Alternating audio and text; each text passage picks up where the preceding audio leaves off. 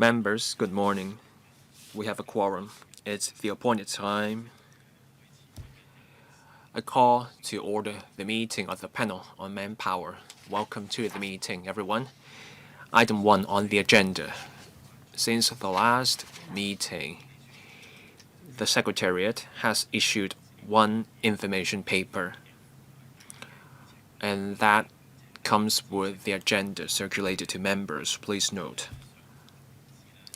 One comment before we move on. Mr. Michael Locke wrote to us.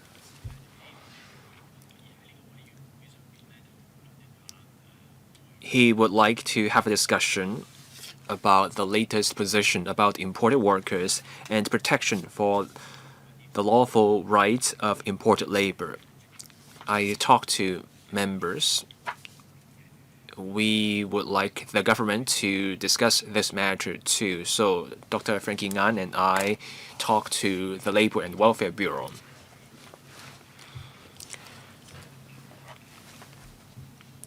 So we are trying to slot in a discussion on that matter in the future. So that may be sometime next year. So everyone, the government will prepare a paper for discussion in the future.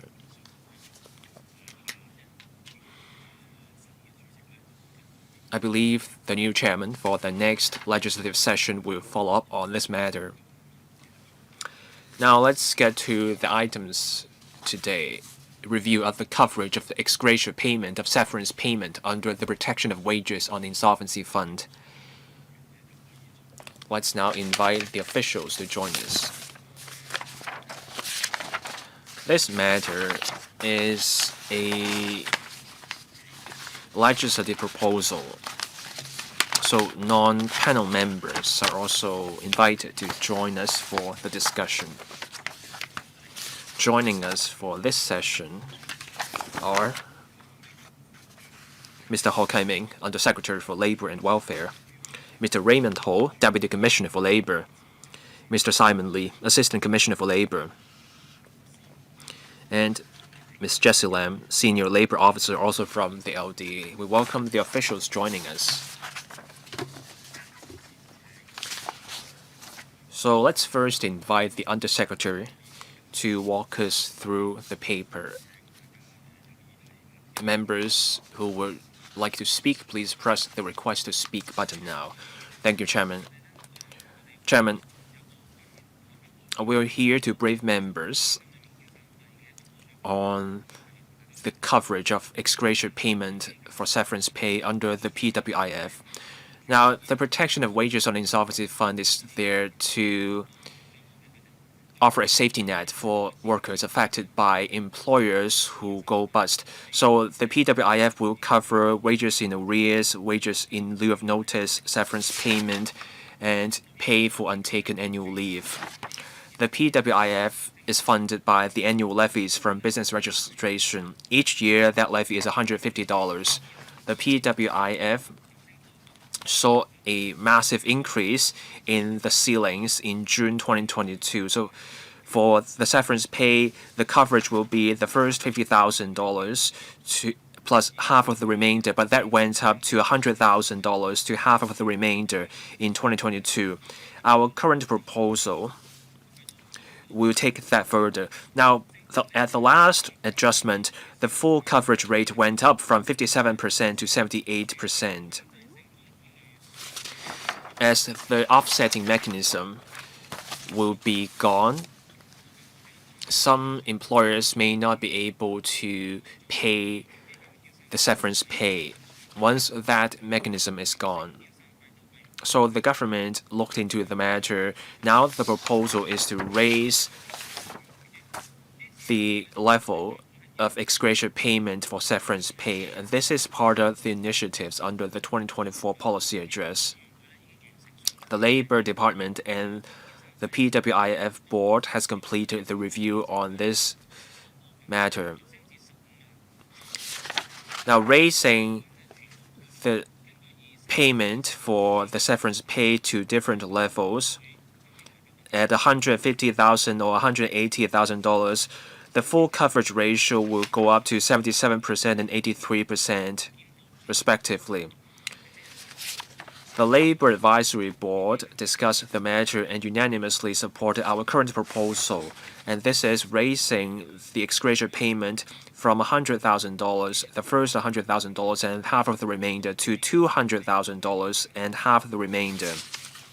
As for wage arrears, pay in lieu of notice, and pay for untaken leave, the ceilings will remain unchanged. Now, the PWIF is sitting on a surplus of $7.32 billion. That was the position as at the 31st of October 2024. We believe increasing the payout for severance pay under the current proposal will not lead to an adverse implications. There is no need to increase the levy rate for business registration either. The Labor Department consulted the LAB on the 28th of November this year. Members at that meeting supported the proposal, so we're now consulting members. The legislative amendment will be introduced in the first half of next year. Thank you, Under Secretary. Now I will read out the lineup of members who will speak. Mr. Peter Shiu, Ms. Lillian Kwok, Mr. Kwok Wai-Keung, followed by me, and then we have Mr. Chao Siu-chung, Mr. Michael Lee, followed by Mr. Kingsley Wong. Mr. Peter Shiu, 4 minutes. Questions and answers inclusive. Thank you, Chairman.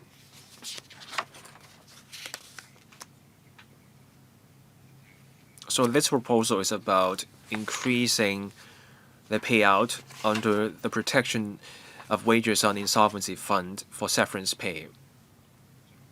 An employer goes bust, the PWIF pays the worker. Of course, that payout is something that the more the better, but that money is funded by the business levy from business registration.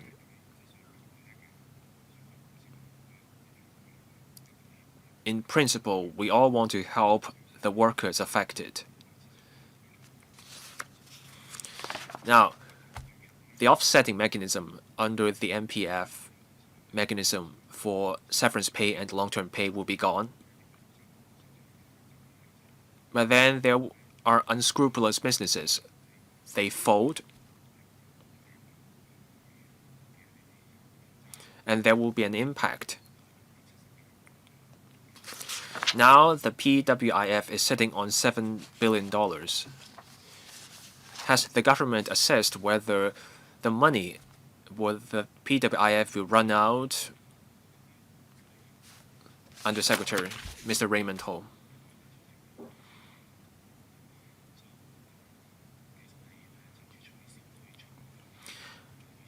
On ditching the offsetting mechanism, the government is also proposing a funding scheme more than $33 billion to cover the scrapping of offsetting under MPF. The abolition of the offsetting mechanism will not lead to a transformative change. Employers will still be able to offset the severance pay and long service pay based on the MPF balance before the abolition date.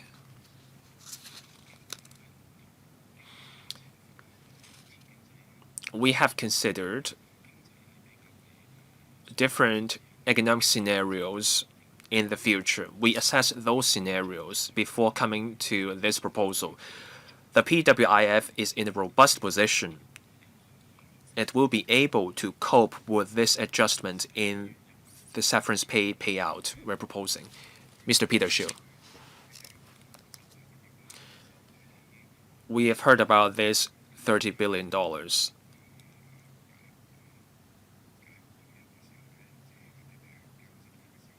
When a business lays people off or goes bust, the $30 billion will be there to pay the workers affected.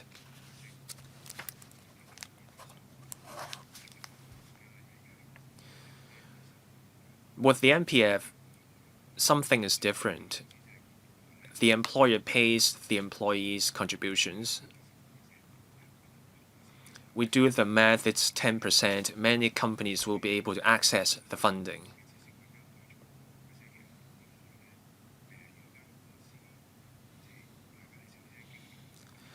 Now, when a business struggles and cannot survive, and there's no reserve set aside to meet the expenses, there will be a huge gap.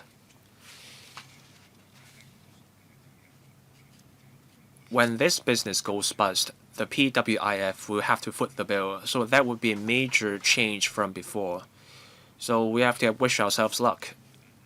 Any response from the Deputy Commissioner? Ms. Lillian Kwok.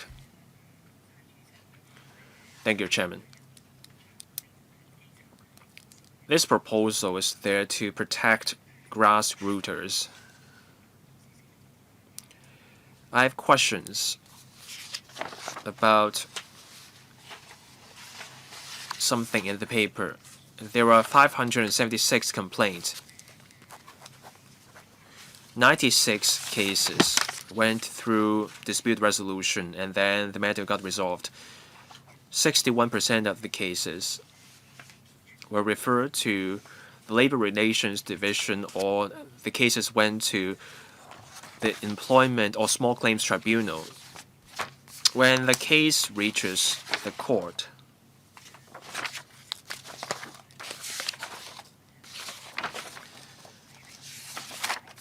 a case that reaches the court costs more money to resolve. So, what are some plans to step up conciliation so that we go beyond just 17%?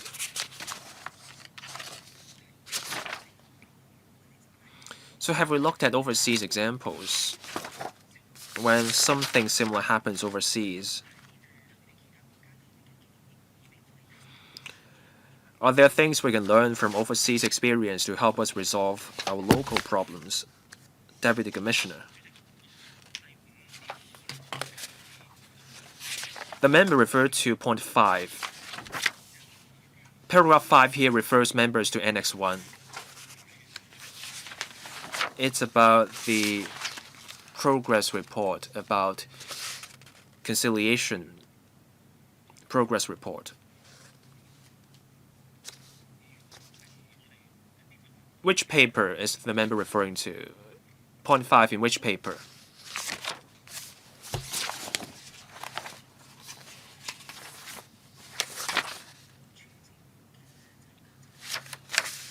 Complaints about MPF received by the Labor Department. Chairman, I believe that's the information paper. Ms. Kwok, are you referring to the paper on the PWIF? We should be discussing the paper CB bracket 1669/2024 bracket 01. That's about the PWIF. Ms. Kwok, did you have something else in mind? You asked about conciliation or mediation. So once a matter is settled at mediation, the matter doesn't have to go to the Labor Tribunal and the PWIF is not involved. And there was a question about have we looked into overseas experience. So I will say a thing or two on this. Now, in a labor dispute, there are 2 occasions for mediation. So the matter goes to the Labor Department. The LD arranges a meeting between the employer and the employee. If the mediation doesn't work, we refer the matter to the Labor Tribunal. Before a hearing starts, officers there investigate the matter. The officer there will also try mediation, and when mediation fails again, then we get a hearing. For the MPF, it's a statutory mechanism. Failure to pay the contributions will mean the MPF authority will chase the party up. I cannot answer on behalf of the MPF authority on further details. Do we have mechanisms similar to PWIF overseas that you have made reference from? Deputy Commissioner, the PWIF was launched in 1985.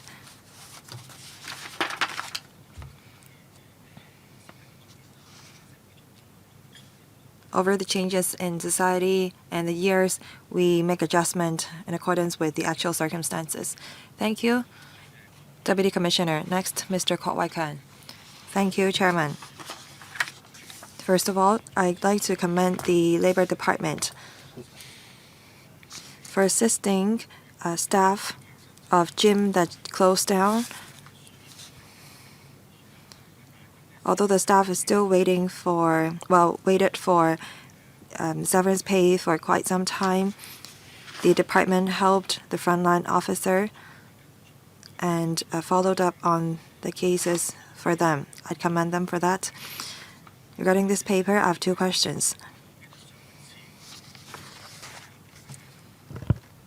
In the last review exercise, the department said that the 4 items, including arrears of wages, wages in lieu of notice, severance pay, payment for untaken annual leave, and statutory holiday, they're here to extend the coverage rate of ex gratia payment to 90%. The areas of wages in lieu of notice, and the pay for untaken annual leave and statutory holiday have become up to standard in terms of coverage rate, but the severance pay is still underperforming. Now, for the severance pay, the pay will be increased to $100,000 plus 50% of excess entitlement. It will cover some 86% of cases. In the paper, it is said that there is $100,000, $150,000, $180,000, and $200,000 of ceilings. Why don't you raise the covered rates to 90%? Why don't you provide for such a scenario? Is it possible for us to reach the 90% goal? If not, what is the problem? Second, on the coverage of PWIF,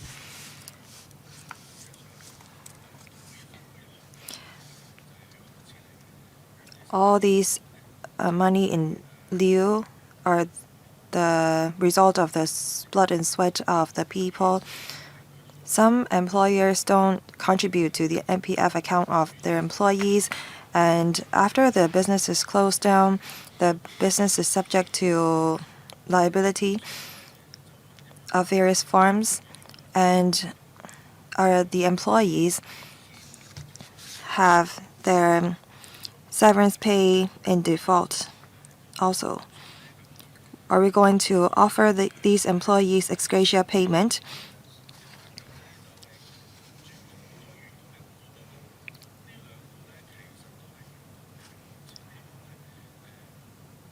I hope that the department will address these issues of outstanding MPF contributions.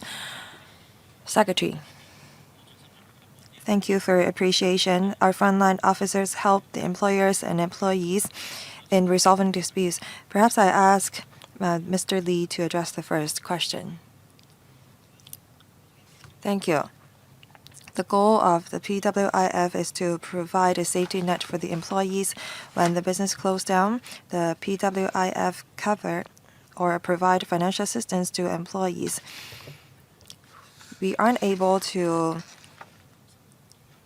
cover all of the long service payments and severance pays for the employees completely.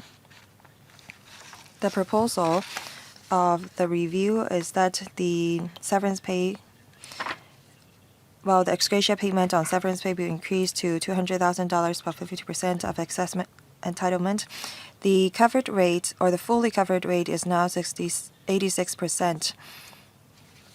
For pay for untaken annual leave, statutory holiday, arrears of wages, and wages in lieu of notice, the fully covered rate ranges from 90% to 93%.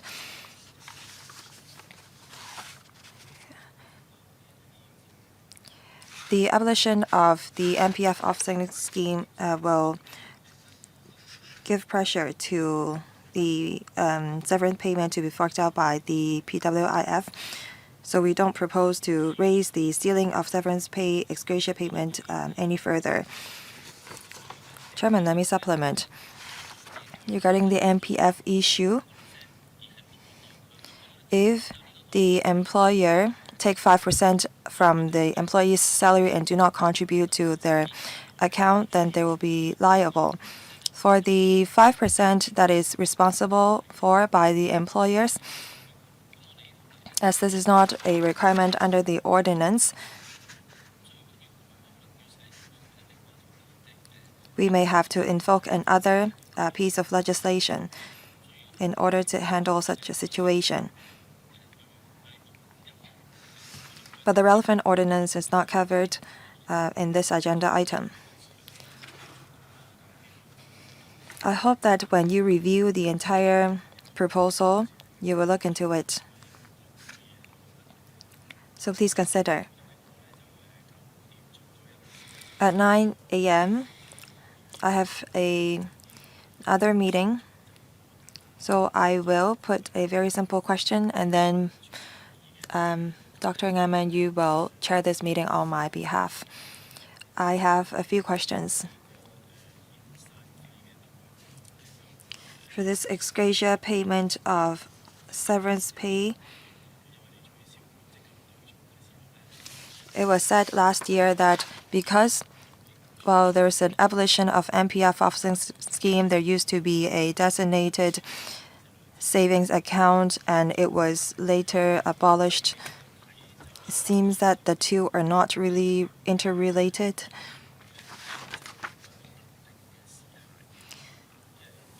There is no time limit to the review of the coverage of PWIF, I think. For arrears of wages, the ceiling has gone from $36,000 to $80,000. 20 years. Prior to the second last adjustment, it was not reviewed for some 20 years. Some 10 years ago, you include the pay for untaken annual leave under the PWIF. I think that you should establish a regular review mechanism. Say, for example, every 3 years or every 5 years, you review the coverage of ex gratia payment of severance payment under PWIF, so that there will be a discussion instead of randomly reviewing the PWIF. We need a regular review to make sure that most employees are covered by the PWIF. You have made some estimation. You said that, say, in 2013 or 2003 to 2004, there were 20,000 applications in a year. But I don't think that was what happened, because you said that there were a lot of abuse cases back then. Some Chinese restaurants closed down. The owners were able to pay their employee severance payment, but they weren't willing to pay their employees, and they start another Chinese restaurant somewhere else, and they rely on the PWIF to pay their employees severance payment. I think that most of the applications involve abuse, because during the COVID era, the applications did not, or the number of applications did not reach 20,000. Is your estimation too conservative.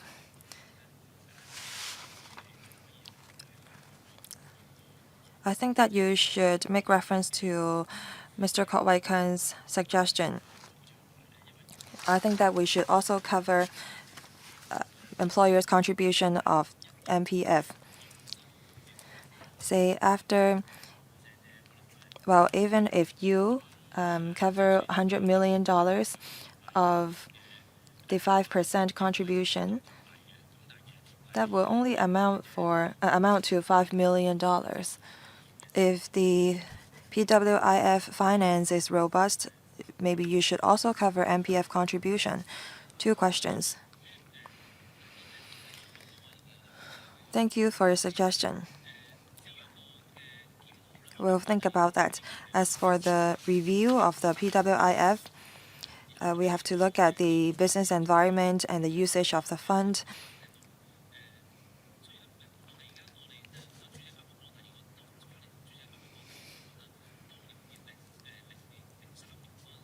Back in 2003, apart from the abuse cases as mentioned by the chairman, the MPF scheme balance was not high, and that's why it's not enough to cover the severance payment.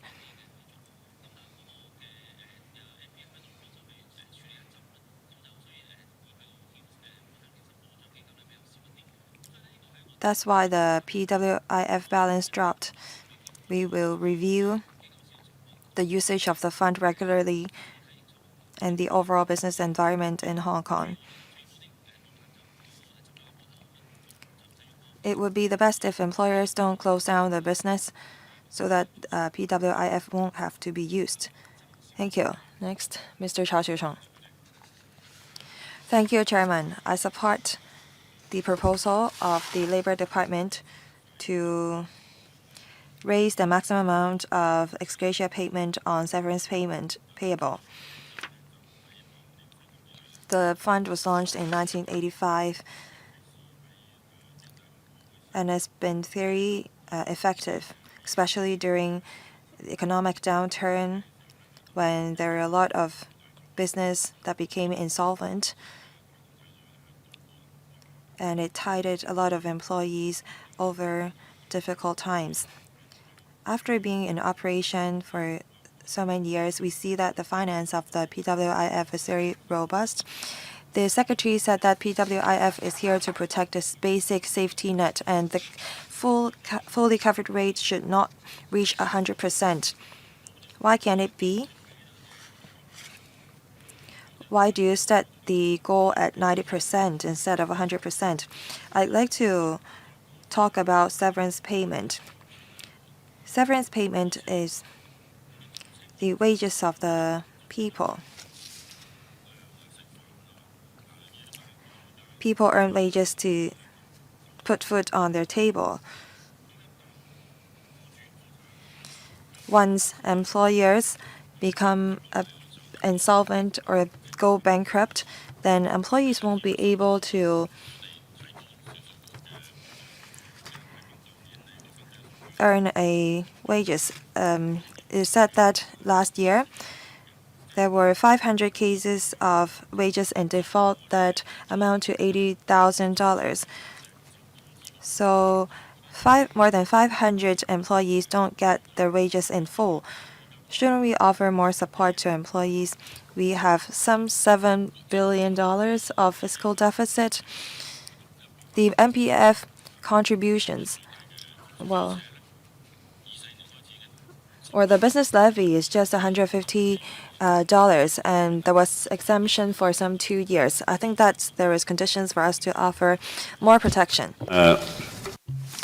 And I'll turn to my second point. The Labor Department set out a key performance indicator for the time it takes to release the payment. For a straightforward case, the pledge is 3 months. Why 3 months? Why so long, even for straightforward cases? Of course, in reality, some cases take shorter, but can you set a more ambitious target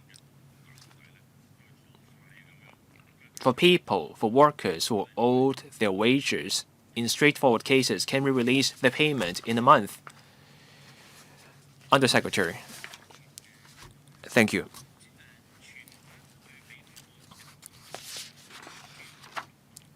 It's the employer who should pay their workers in full.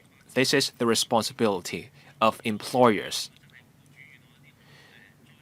When an employer finds themselves in a catastrophic position, the business folds, the government offers basic protection. That's why we charge $150 in business registration levy. The government should not take over from employers 100%. After all, the government is not the one employing the workers. We pay based on the money we take in. And we also have to make allowances for different scenarios. The offsetting mechanism will be gone. We have to be prepared for whatever that may happen. So now the proposal is to pay $200,000 and half of the remainder. This is an appropriate level. Of course, we will be mindful of future situations and then we will review the arrangement. Now over to the Deputy Commissioner who will tell us more. The member mentioned the KPI. For straightforward cases, the pledge is to release the payment in 3 months' time. This is the maximum length of time. We set that as our goal because verification is needed as part of the work.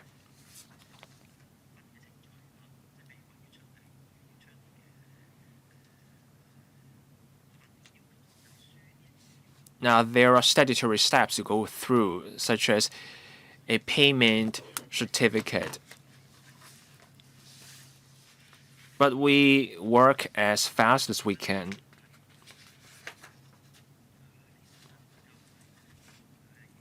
We try to streamline the procedure. Now, the KPI is 3 months.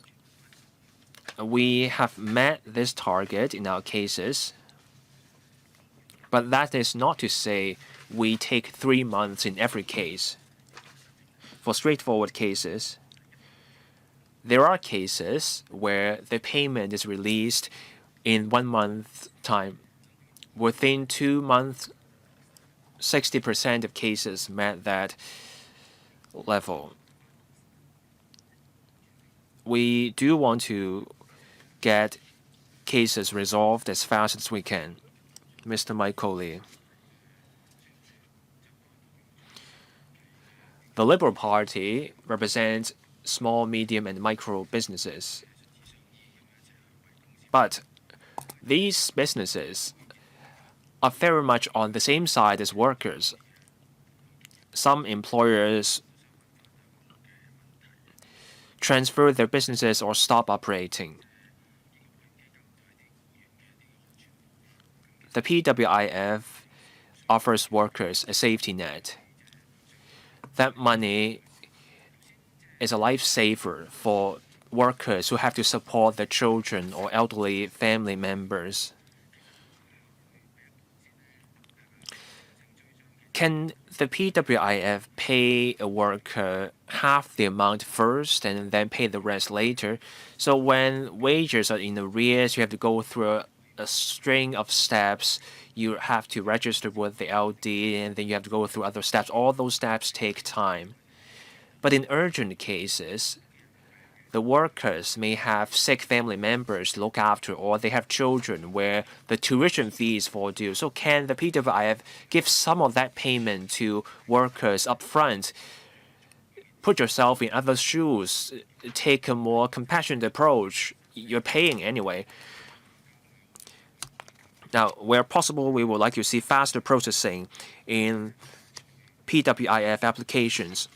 Now, the PWIF is in a robust position, but we also have to guard against abuse of the fund. Do we see many such cases of abuse of the PWIF? When there is abuse, what's the maximum penalty we have seen? Undersecretary.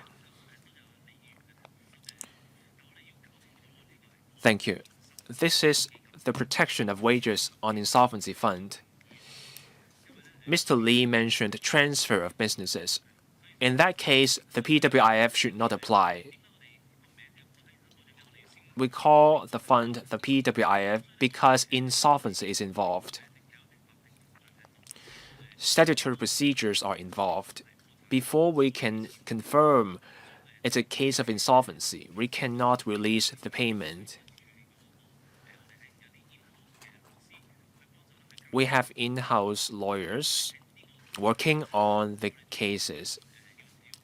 The old practice was to get the liquidators to hold a meeting, or we had to get the people involved to initiate the winding up process. First, we have to confirm the business is in winding up. Some employers confirm that they cannot pay. In those cases are processed faster, but in other cases, it's more tricky. This is not protection on employment, but rather protection on insolvency. So we have to go through those statutory procedures and hope the member can understand this point. Now, my colleague, Mr. Lee, can tell us more. The member mentioned abuse. We have a mechanism. It's an interdepartmental task force. It was formed in 2002. We had the LD, the Commercial Crime Bureau of the Police Force, and also the Official Receiver's Office on this task force. We look at applications.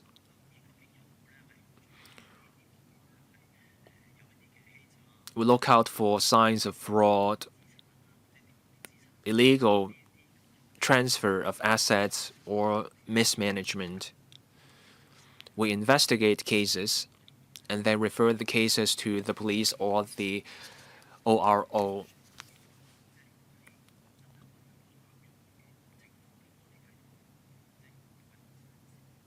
Things have improved much in abuse cases. So any figures you have?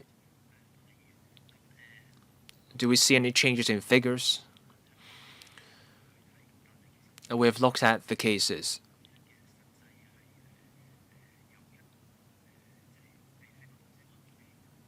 Say in fraud, unlawful transfer of assets. We haven't found any in recent years. But in some cases, we did refer those cases to the police or the ORO. The police prosecuted the culprit and secured convictions. Mr. Kingsley Wong. I commend the Labor Department for making this timely adjustment. It's only 2 years ago. We're now adjusting the level. In the past, changes didn't happen after 10 years. We're now bumping up the figures. So let's review these payment levels regularly in the future so that these payment levels keep up with the changing times. Mr. Kwok Wai Kang and Mr. Lam Chun Sing raised a matter, and that is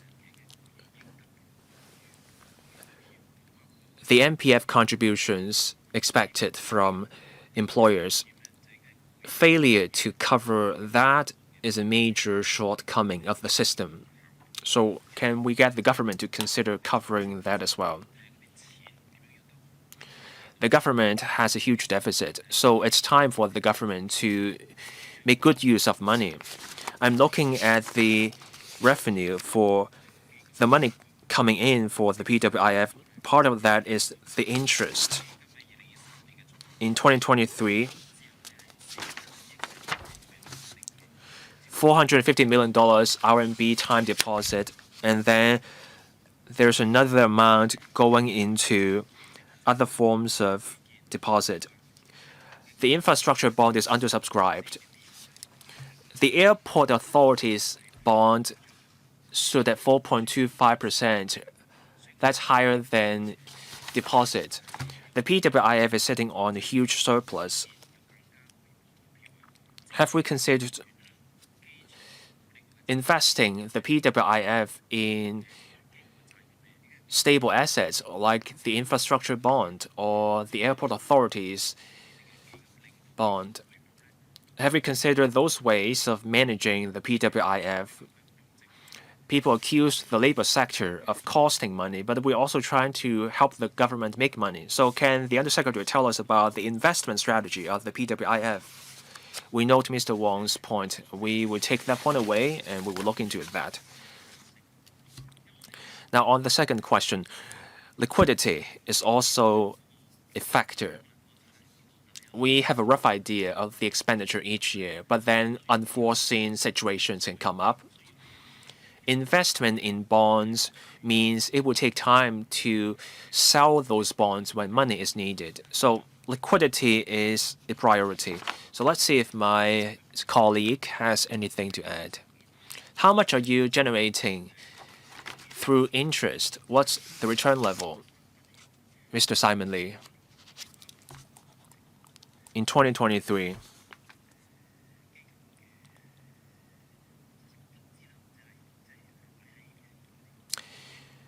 our fund is put in different areas such as time deposit. Interest rates were higher last year. So the interest income last year was $300 million or so. But this level fluctuates from year to year.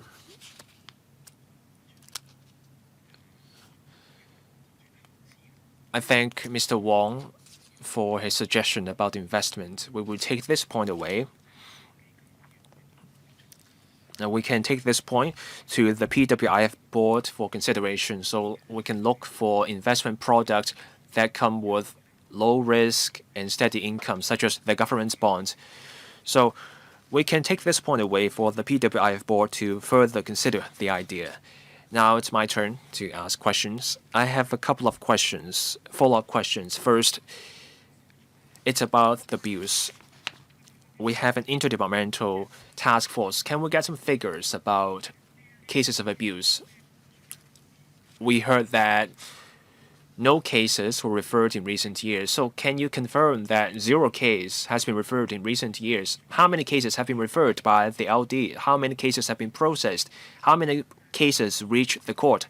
We need specific figures. So let's see if the Deputy Commissioner has the figures. If not, can we get the figures in a supplementary paper after the meeting? Mr. Kingsley Wong raised a point. Even in an economic crisis, you will see a deficit of $400 million. So I'm wondering if the authorities is being too cautious. So you will need 10 years of successive economic crises for the PWIF to go bust. So the point is, can you be more ambitious?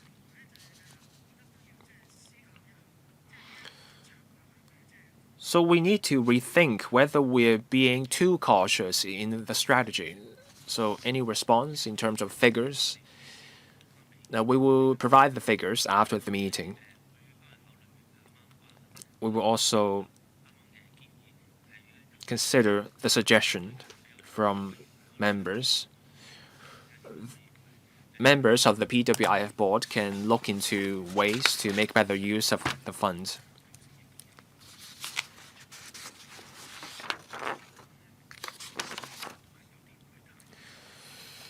Economic uncertainties are ahead. The NPF offsetting mechanism will be gone. This abolition will not cause a huge impact on employment relations.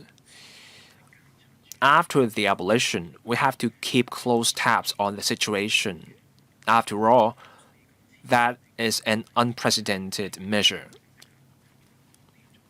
The prudent way at this point is the adjustment in this proposal. So let's first go ahead with this proposal, and then next year we will drop the offsetting mechanism. We'll keep an eye on the economy and employment relations, and then at an appropriate time, we can review the arrangements again with regard to the scope of the PWIF. Dr. Ngan mentioned abuse of the PWIF. As the Deputy Assistant Commissioner said, over the past years, we've seen drastic improvement in abuse. More than 10 years ago, restaurants went bust and then abuse may happen. But now, when the case reaches the Labor Department, when illegal transfer of assets are suspected, workers tell us about that. The task force has looked into suspicious cases. No prosecution has been initiated in recent years. That points to success in tackling cases of abuse. Let's see if there are other questions from members. If not, now the government's plan is to introduce the legislative amendment in the first half of 2025. Does members have other comments on this proposal? So if not, let's move on to the next item. Review of the levels of compensation under employees' compensation ordinance, the Pneumoconiosis and Mesothelioma compensation ordinance, and the Occupational Deafness compensation ordinance. This item involves a legislative proposal, so all Legislative Council members are invited to join the discussion of this item.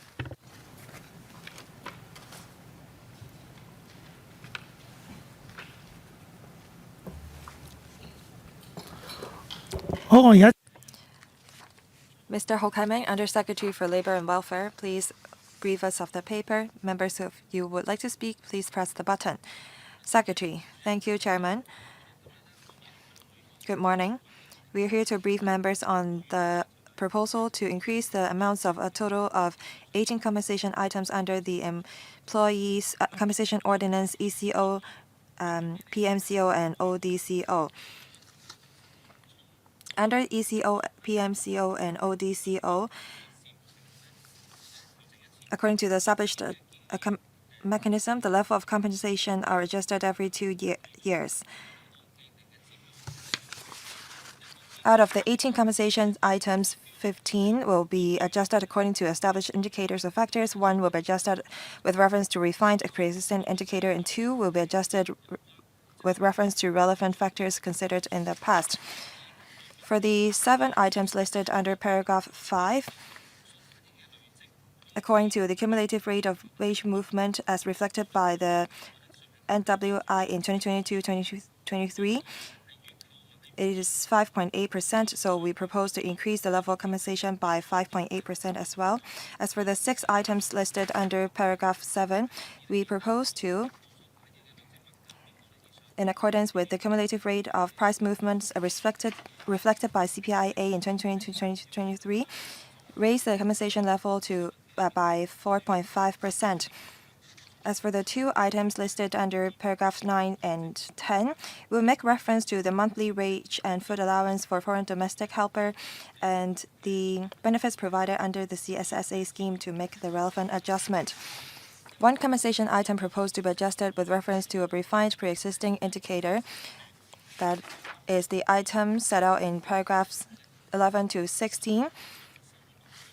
That is the compensation for pain, suffering, and loss of amenities. That will be adjusted. Having considered the uniqueness of the pneumoconiosis and mesothelioma, as these patients will decrease in terms of their capacity and they will have a weaker immune system, respiratory system. They will show symptoms of shortness of breath, chest pain, and fatigue. We want to strengthen our protection for them, and we propose to enhance the calculation methods. the average number of, we will, instead of making reference to the average number of months patient receive compensation from being assessed to be suffering from the disease till death in the past, to referencing the lower quartile of the number of months such that the proportion of patients benefited will be raised to 75%. The monthly amount will be raised from 5,780 to 10,770%. The number of patients or proportion of patients that will be benefited will be raised from 50% to 75%. As for the two compensations items proposed to be adjusted, taking into account relevant factors considered in the past, include the compensation items under Occupational Deafness Compensation Ordinance. Making reference to the experience of Occupational Deafness Compensation Board, we will raise the assistance from $24,000 to $25,000 so that patients will have a broader choice, and we will raise the aggregate financing limit from $98,060 to $115,760 so that the occupational deaf persons who have exhausted the aggregate financing limit can have their entitlement to the financial assistance received. We have will have consulted the employee compensation, the Occupational Deafness Compensation Board and the Pneumoconiosis Compensation Fund. And it is said that the proposed adjustment will not have any negative financial implication. And we have also consulted the Employee Compensation Insurance Residue Scheme Bureau. They have conducted a study on the high-risk industrial groups under Employees Compensation Insurance Residue Scheme. It is estimated that the adjustment will not have a significant negative impact on the premiums. We have consulted the Labor Advisory Board. They support the proposals. We are here to report to the panel the proposals, and with your support, we will submit the amendment proposal to the LegCo in the first half of 2025. We will implement the revisions as soon as possible, subject to the passage of the bill. Each member will have 5 minutes to speak. Mr. Luk Chung-hong. Thank you, Chairman.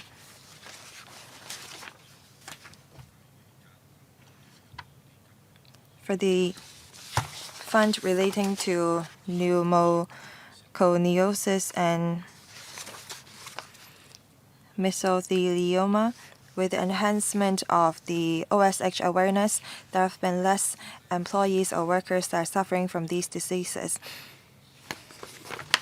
The balance of the Pneumoconiosis Compensation Fund PCF amount to $3.444 billion. What is the investment strategy of the fund?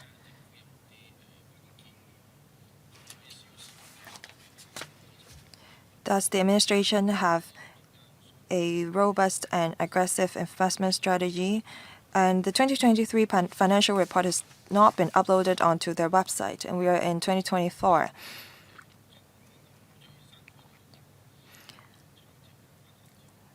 That's why I don't have the analysis on the latest investment return. Given our fiscal deficit, I think that all of the funds that we have need to review their strategy.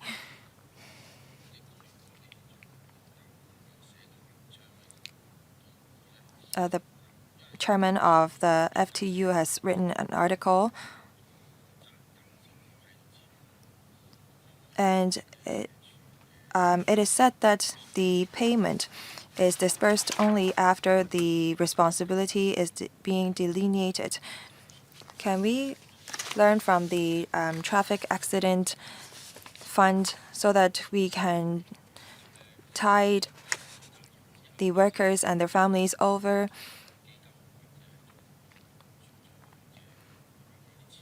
First,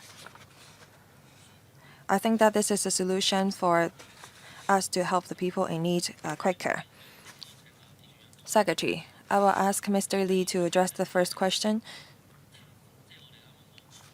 regarding the TAFA that you just mentioned. The traffic accident victim allowance. Well, we organized a committee meeting to discuss the item, and in the previous operations conducted by the police, there was falsification of documents that was detected, and that's why we are reviewing actually the TAFA.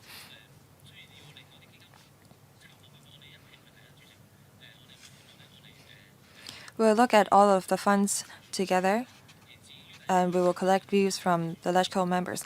As for the first question, I will ask Mr. Lee to answer that.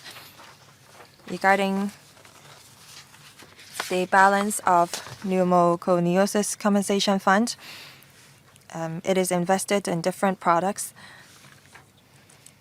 We have obtained approval from the Financial Secretary. Before any investment is made, we have deposited the fund into some fixed interest deposit, and we have also invested in stocks and other funds.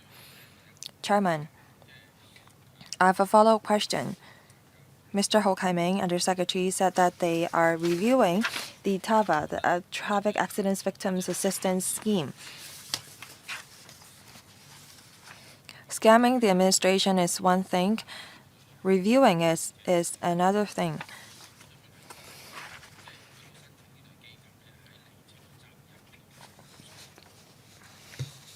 I wonder how long the workers have to wait before they can receive compensation before fault finding. Do you have a rough time frame?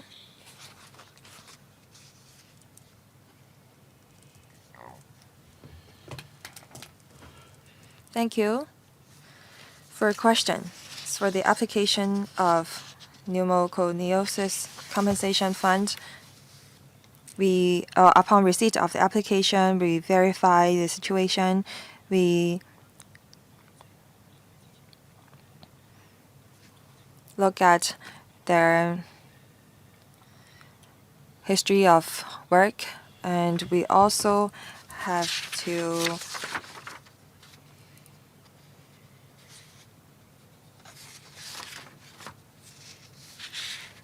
look at the degree of incapacity. When the case is substantiated, then we refer the case to the fund for disbursement of payment. Because there are different items under the compensation, we have monthly compensation on pain, suffering, and loss of amenities. We also have compensation for various degree of incapacity.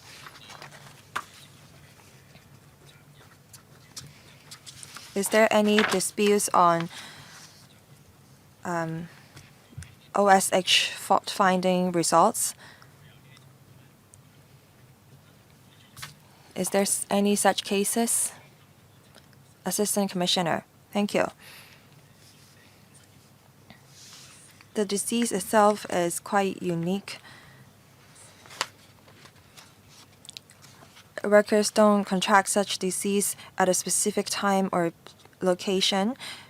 They suffer from such disease due to a long time of working at a certain location. So no specific employers will be held liable. We only look at whether the applicant is actually suffering from such a disease and whether it is a form of pneumoconiosis or mesothelioma under the definition of the PMCO. Thank you. Mr. Chao Siu-chung.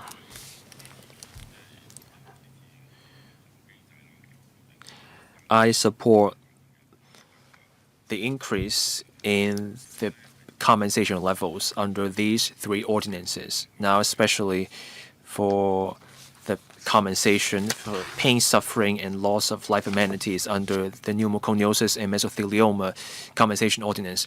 The increase is dramatic.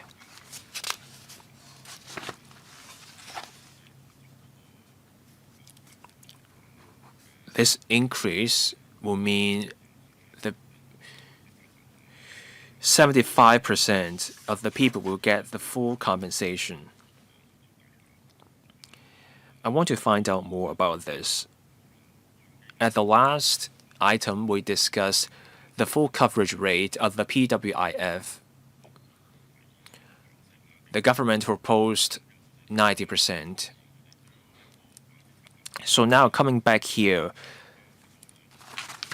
for the PMCO, can we go up to 90% for the compensation under the PMDCO? The surplus is more than $3 billion, so again, a robust financial position. The Federation of Insurers also said raising this level would have a minimal impact on the premium levels. Fewer and fewer people develop pneumoconiosis. In some years' time, few people will be applying for compensation, so this is an idea for the government to consider. The current mechanism is to have a review every 2 years. We look at the nominal wage index and CPIA, composite price index A.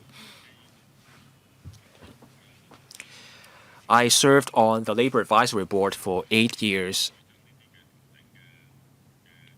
Every 2 years, the LAB discussed the proposals. These proposals were rarely controversial. So the matter is straightforward. We look at the CPI change, we look at the wage movements, and then we make the change. So can the government consider turning the biennial change into an annual change? This is even simpler than adjusting the statutory minimum wage. And even for the statutory minimum wage, we now do annual reviews. This matter is not contentious. The fund is in a robust position. The matter is straightforward. So can we have an annual review instead of biennial review? Under Secretary. Mr. Ho. Thank you. The first question has to do with PSLA. We're massively bumping up the compensation. This is groundbreaking.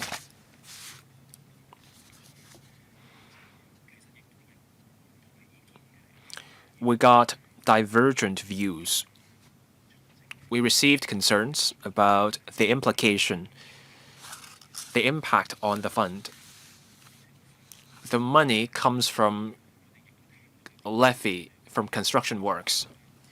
We heard that the construction sector is not seeing a steady stream of projects coming in, so there were concerns in the industry. At the same time, we want to help patients of pneumoconiosis. So we're already making a big adjustment. This is the appropriate way to go. So let's go ahead with this increase, and then we'll keep an eye on the financial position of the fund. Afterwards, we can consider whether there is scope for further changes. That's the prudent approach. On the review cycle,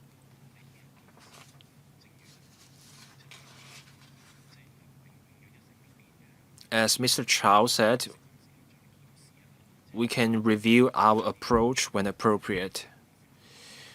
We can consider different ideas. At this point, we have no plan to change the review cycle. But on whether we can look at changes in the future, as the member said, the minimum wage is now subject to annual review rather than biannual review. On whether we stick to the current review cycle for compensation under the PMCO, there can be a review when appropriate. Now I can share some figures. Now the Assistant Commissioner can tell us what the implication will be if we go up to 90%. If we go up to 90% for the compensation under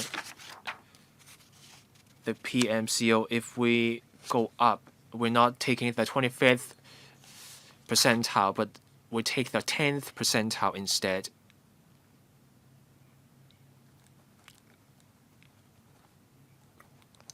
The amount will be $52,000, an increase of more than 800%.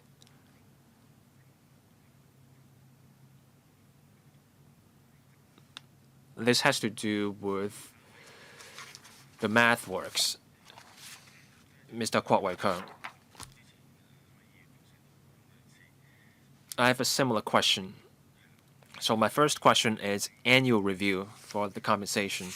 There are 18 items. 15 such items are already subject to some kind of formula, and that's the nominal wage index and CPIA.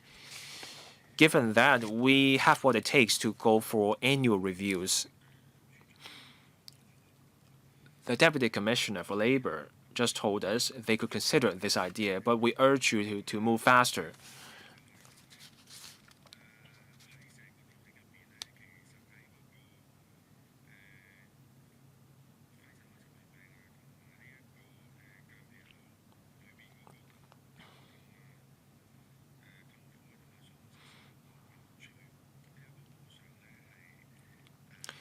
Now, compensation for PSLA under the PMCO. The patients getting the compensation are pleasantly surprised to find this proposed increase. It's an 80% increase. The patients are happy about this. They told us about the problems they ran into. In April and May, I put in council questions about this matter to draw departmental attention. That worked. Now, of course, the changes didn't happen just because of my questions. The paper shows a comprehensive review. We should be fair to the patients. We should give them fair compensation. These stories are heart-wrenching. By the time the patients are diagnosed with such diseases, they are already seniors. They don't have many years left in their lives. There are people struggling even to go up and down the stairs. They have to stay home. That's because their lung functions have declined so much that they are essentially homebound. There's no treatment. Their conditions will simply worsen. So the compassionate approach we should take is to help these people as much as we can for the rest of their lives. Now, this proposal, the legislative proposal, will come in the first quarter next year. I get it. You have to get in the queue. But can we fast track? Can we give priority to this legislative amendment? Every day it counts. We want to give help to these people as soon as we can. Undersecretary, we will strive to get this proposal in as soon as we can. Members can also play a role. Skipping the Bills Committee can speed things up. I was the chairman of a Bills Committee. At one point back then, there was filibustering. There were proposals like these. They could skip the Bills Committee. So we will try to get the proposal in as soon as we can so that we can raise the payment ceilings and then the money can reach them. So I can pledge, I can make a promise I won't ask for a Bills Committee on this proposal. Next, Mr. Rincon, 5 minutes, questions and answers inclusive.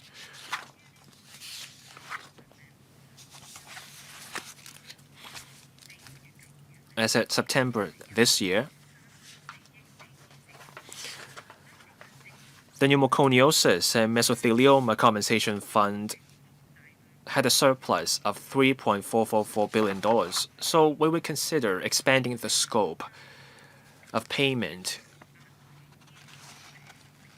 we will consider offering extra medical and psychological support. How does the government assess the sustainability of the funds under the PMCO and the ODCO? Workplaces are changing. Technology is moving ahead.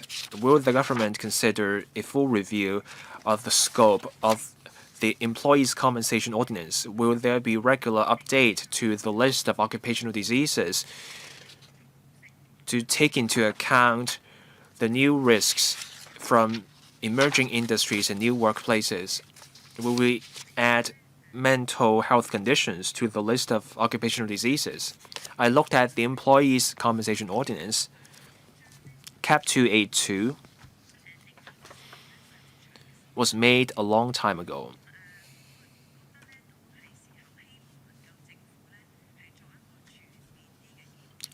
It's time for the government to do a full review of the ordinance. There were tweaks over the years, but we're talking about workers. This ordinance is about compensating workers for work injuries, so that merits a full review of the ordinance. For some diseases, occupational related skin cancers or other skin conditions, legislative changes have happened in some other places.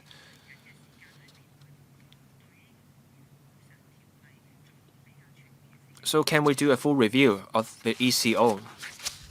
Undersecretary. On the first question, Mr. Lee can take that question. I know this matter came up. In the early days of COVID, there was a discussion about the ECO. We looked at the matter. We have to consider where someone acquires a disease, whether it's during work or in the community. In the COVID days, people caught the disease, but we were not sure whether that was acquired at work or in the community, elsewhere in the community.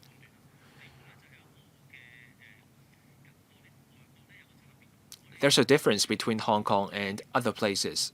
In Italy,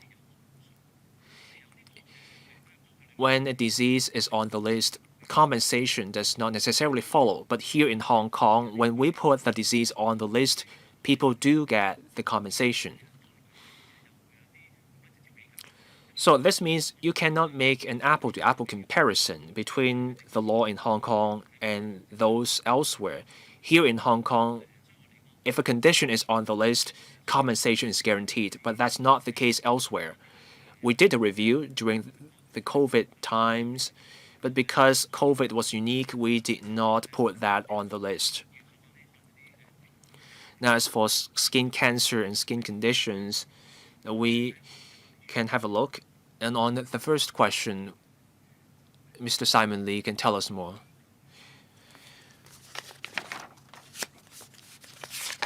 Now, on the fund for pneumoconiosis and mesothelioma,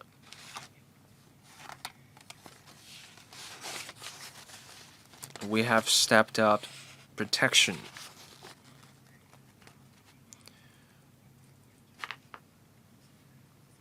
So we have this proposal.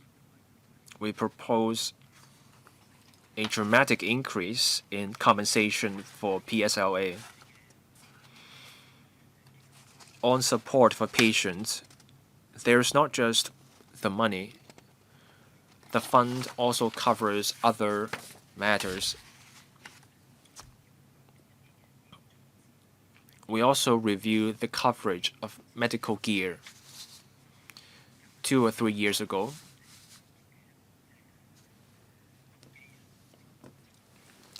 sputum suction devices and ventilators were also covered.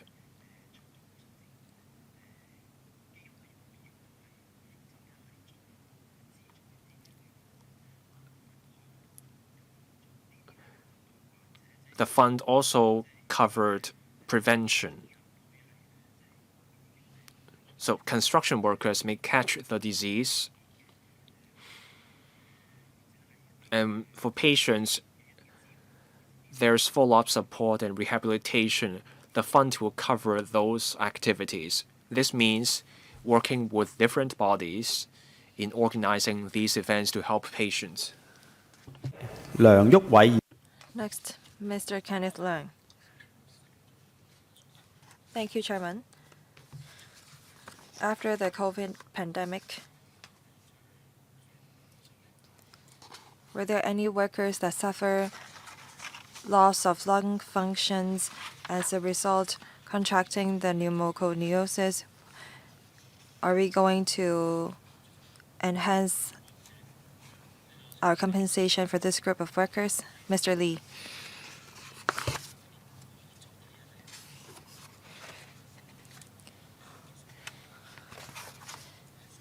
Every year, overall speaking, there was a drop in the number of applications.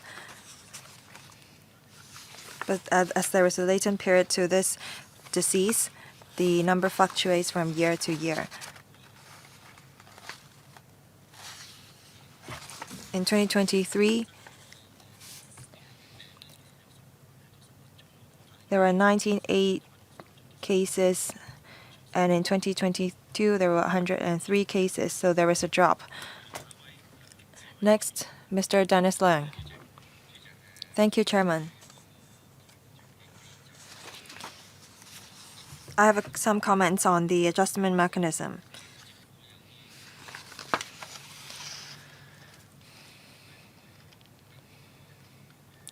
The administration adjusts some of their fees in accordance with some indicators, such as CPI A and CPI B. In the council last Wednesday, we passed the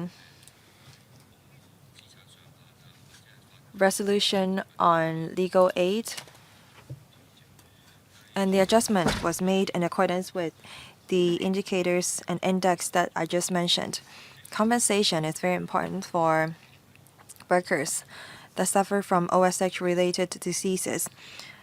Under the established mechanism, the level of compensation are just only adjusted every 2 years. With the continuous inflation over the years, I think that the compensation will lag behind. Now we're trying to go digital and paperless.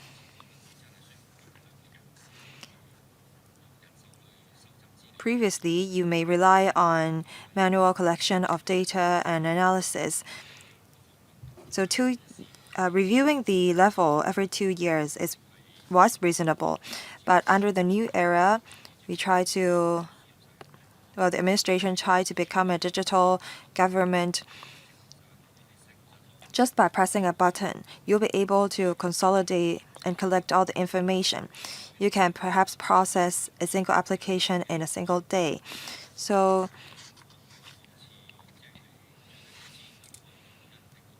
for example, minimum wage level is reviewed every year. Are you able to review the level of compensation under ECO, PMCO, and ODCO every year? Thank you. Under Secretary. Thank you, Mr. Leung, for the suggestion. We have to strike a balance because, first of all, this is quite different from minimum wage level, because for the adjustment of minimum wage, there is a formula. However, some items here are adjusted according to the NWI, CPIA, and other indicators. Some items relate to purchase of devices.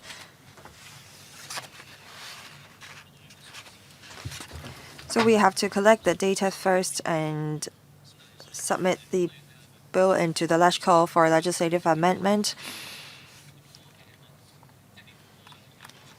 We'll look into whether we should review the compensation level every year. And we'll look into whether there is room for improvement. Mr. Dennis Lang, anything to add? Yes. Under the new term of the Legislative Council, we have improved the electoral system. The members work with the administration seamlessly. The most important thing is not the number of bills to scrutinize, but whether the Labor Department is determined to reform.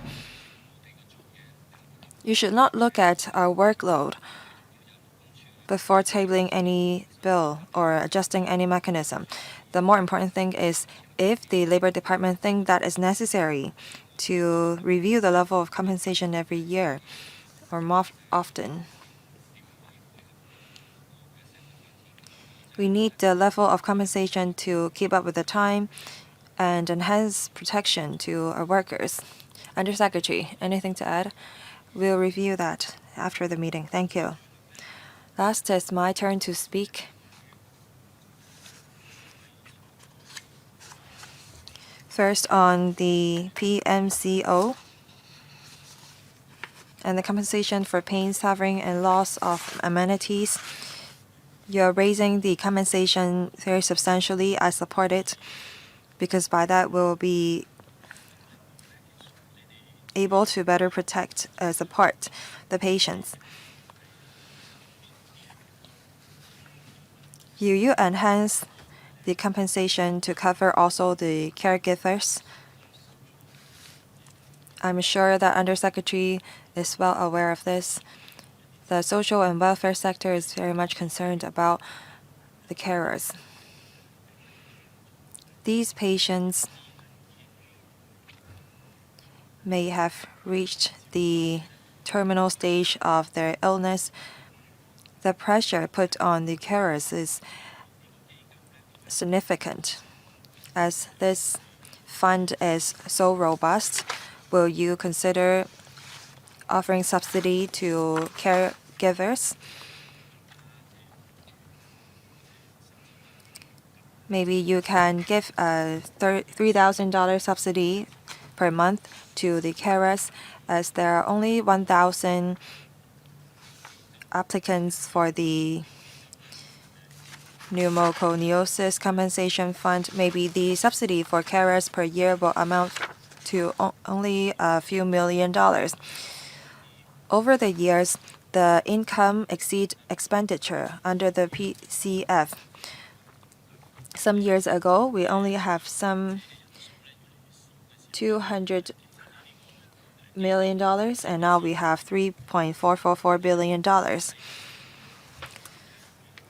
With so much surplus, with nowhere to spend it, shouldn't we offer more support to the carers? Will you consider providing subsidy to them? Second, you have estimated the financial implication. You said that maybe the premium on the insurance policy will go up.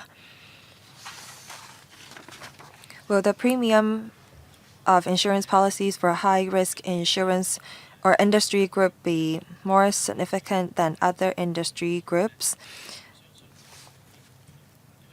I don't think any employers will be unable to take out insurance policy, because if that happens, I know that you will refer them to a scheme.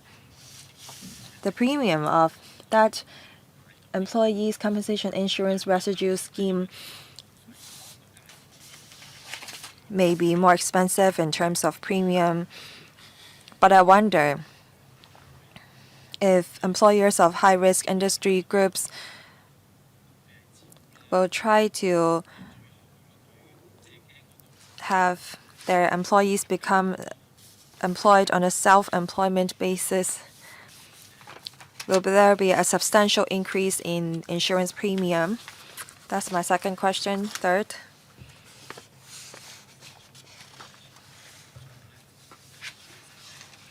For the types of jobs under the Occupational Deafness Compensation Ordinance, some of them have become out of date. It seems that there aren't that many applications.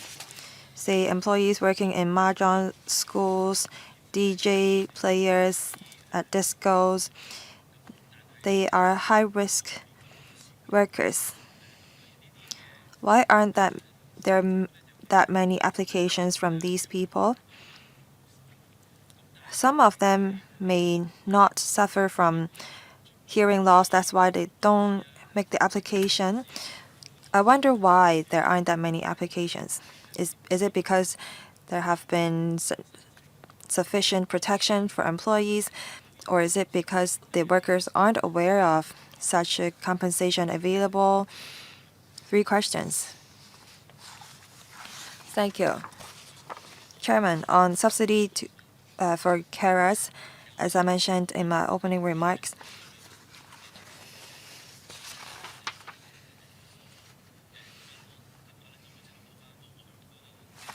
there is a compensation item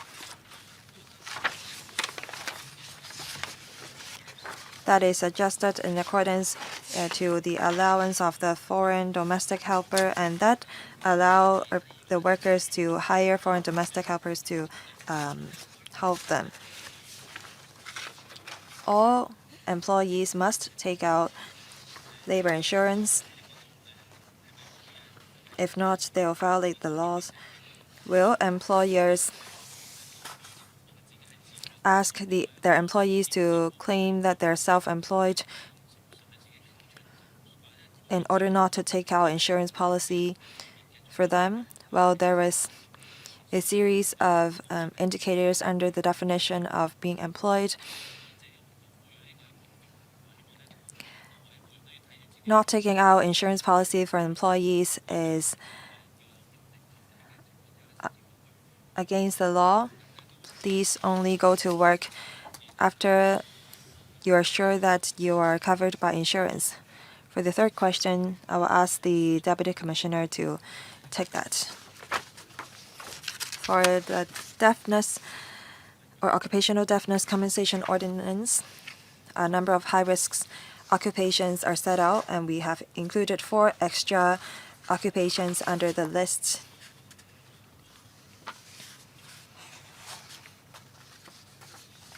There has to be a 8 hour of exposure of an environment with higher than 90 decibel. We'll look at whether there is new occupations on the market that we should include in the list.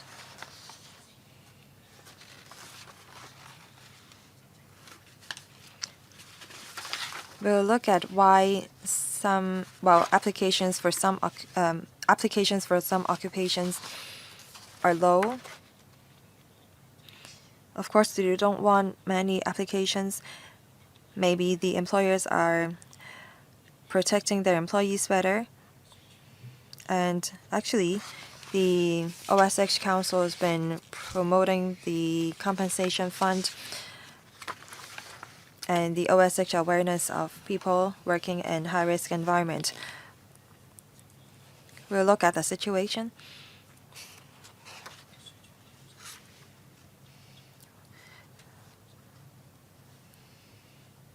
We'll continue to step up publicity and promotion. Mr. Chu Kok-kan for his 1st round. 5 minutes. Thank you. I support the regular adjustment of the levels of compensation.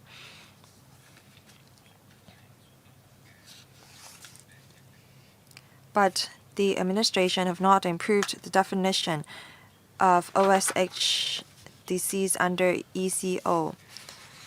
There are occupations that require long time of standing, and a lot of them suffer from lower limb illnesses such as knee pain and arthritis. Sometimes it's difficult for us to determine whether an illness arose because of the work environment, maybe we should target certain occupations first before extending it to the others. 主席，Undersecretary. Mr. Simon Lee can tell us more about occupational diseases in a moment. Now, there are a few factors we consider.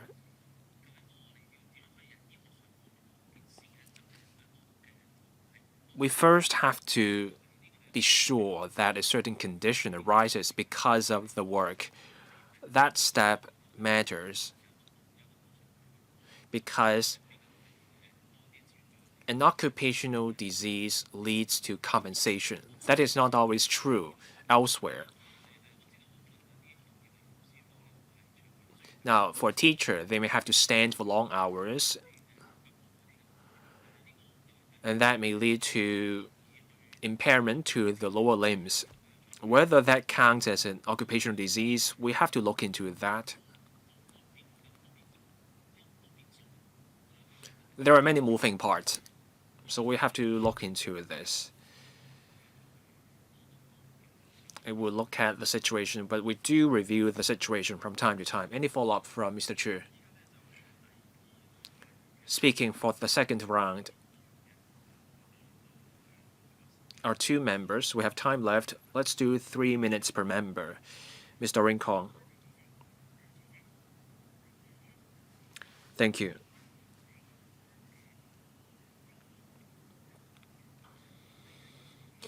We just heard that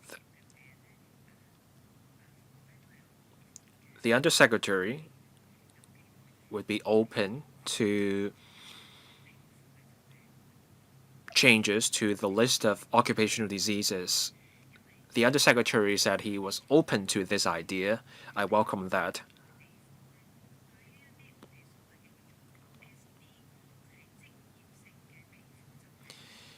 Elsewhere in the world, occupational skin diseases have been a subject of concern. Research came out in recent years about occupational skin diseases. Those conditions make up 30 to 45% of all occupational diseases. The reason is most such conditions involved contact.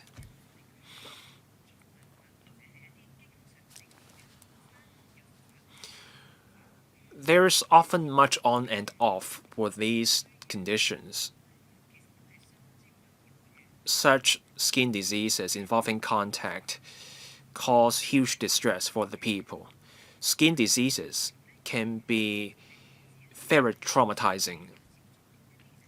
People who catch such diseases come into frequent contact with chemical substances. Say for a hairdresser, they come into frequent contact with chemical product. Our CAP 282 does cover some skin conditions, skin tumors, or some kind of upper dermal cancer. But we should do a review and we should consider broadening the scope. My second question is about occupational deafness. I fully support the increase in the compensation. I read a report recently. Deafness has a positive correlation with dementia.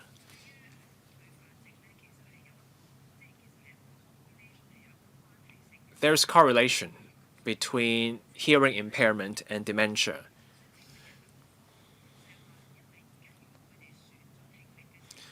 So for someone with hearing loss, that is permanent. Does our compensation go far enough? I hope that this increase can cover the patient's need for the rest of their life. Undersecretary. Mr. Simon Lee can take those questions. Ms. Kong's second question has to do with compensation for occupational deafness. The compensation covers incapacity. So we look at the degree of incapacity. There's a way to work that out. We propose the increase in the payout after taking into consideration this factor. Now, when someone does have this condition, what kind of support we give to people with hearing loss? We have increased the financing limit for buying hearing aids. There's subsidy for the first-time purchase, and there's an overall financing limit. So people with hearing loss can buy hearing assistive devices. So that's the funding for those people. We're increasing the funding limits ranging from 4% to 18.1%.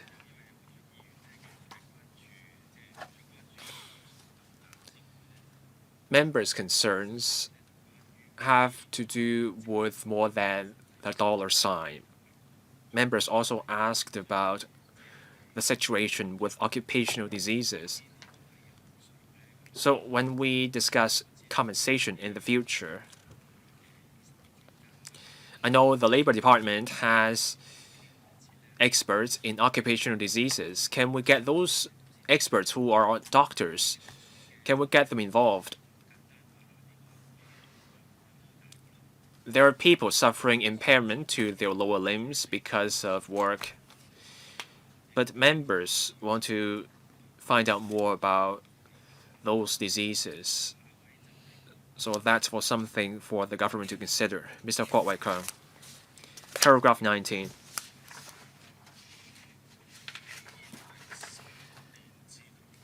From 2003 to 2023,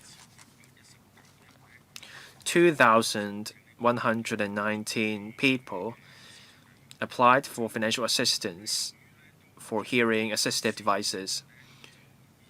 40 people had already exhausted their financing limit of $98,000. So now there's the increase. This will mean an extra $17,700. This is a good idea. It makes sense. We support it. I'm looking at paragraph 18.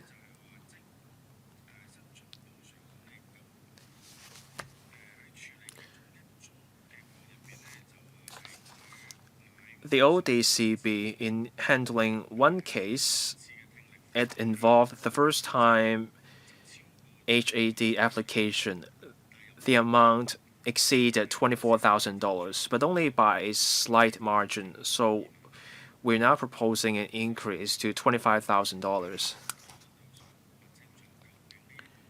So for this case, what happened? Is it because of new technology, new product, it's costlier?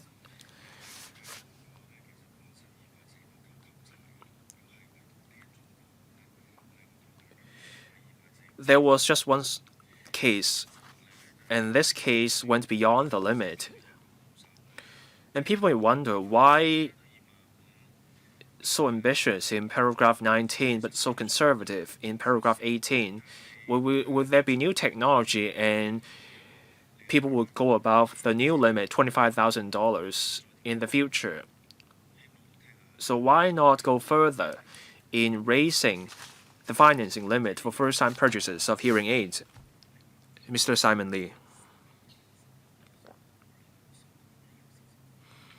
There's a distinction between paragraph 18 and 19. The money involved in paragraph 18 is part of the amount in paragraph 19. The financing for first-time purchases is meant to cover the need to explore different products. When people try hearing aids for the first time, they need time to find the aid that works best for them.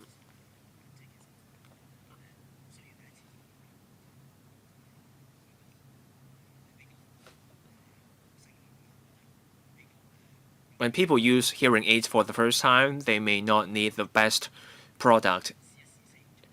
They just need to try things out. That's why there's a limit. So there's a cap. There was a case about $24,000, $25,000. In that case, different options were available.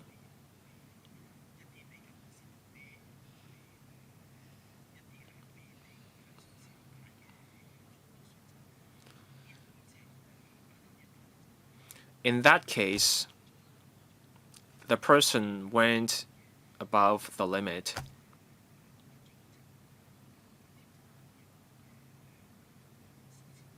So based on that situation, we propose to increase the limit. Now, as for paragraph 19, we are raising the overall financing limit that someone can access throughout their life. People try things out, they know what works for them, and then they pick the suitable aids. They may have to replace their hearing aid in a few years' time. At that point, they will know what works for them.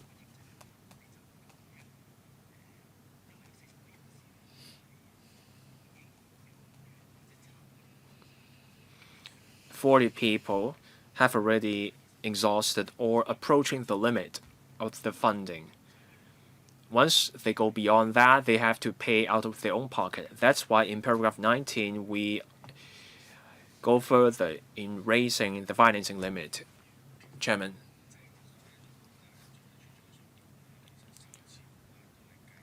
The Assistant Commissioner said the first-time purchase limit forms part of the overall financing limit.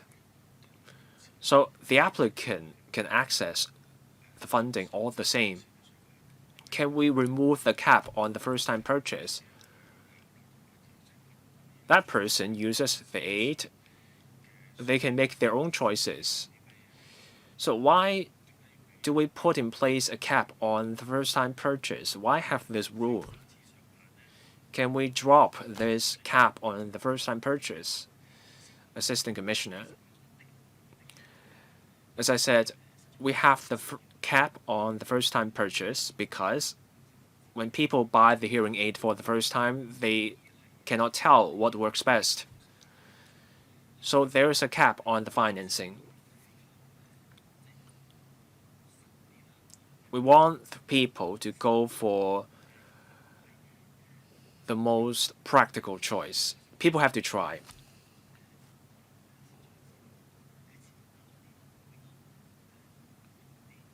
Without a cap, people may go for the priciest option.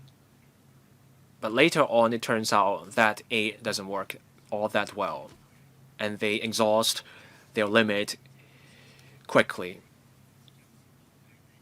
So the cap is there to encourage the user to be more prudent and really try things out carefully. Chairman.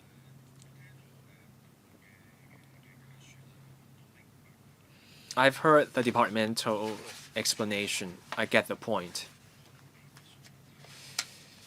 We shouldn't be so stingy about the first-time limit, so that's for the government to consider. So members have commented on how you can optimize the scheme. All members have spoken. Members, please note that the government plans to table this proposal in the first quarter next year. I believe there's no objection. Members would like the government to move even faster with the change. Better protection is good for workers. we agree on the increase, but on matters such as the mechanism and the scope of protection for occupational diseases and the processing time and details, members have offered many comments. So can we get the government to consider those as well? We thank the Labor and Welfare Bureau and the Labor Department for joining us. Now we come to the last item, any other business. This meeting is the last meeting of this panel. On behalf of this panel, I will report our work at the next council meeting on the 18th of December. I will report on the work of this legislative session. Finally, I thank members for your participation. You have offered valuable points. Your ideas are very helpful for the government's policy making. I also thank the Secretariat and our legal advisor for supporting our work, and that ensure the success of our work. Thank you. And there being no other business, I adjourn the meeting here. Thank you.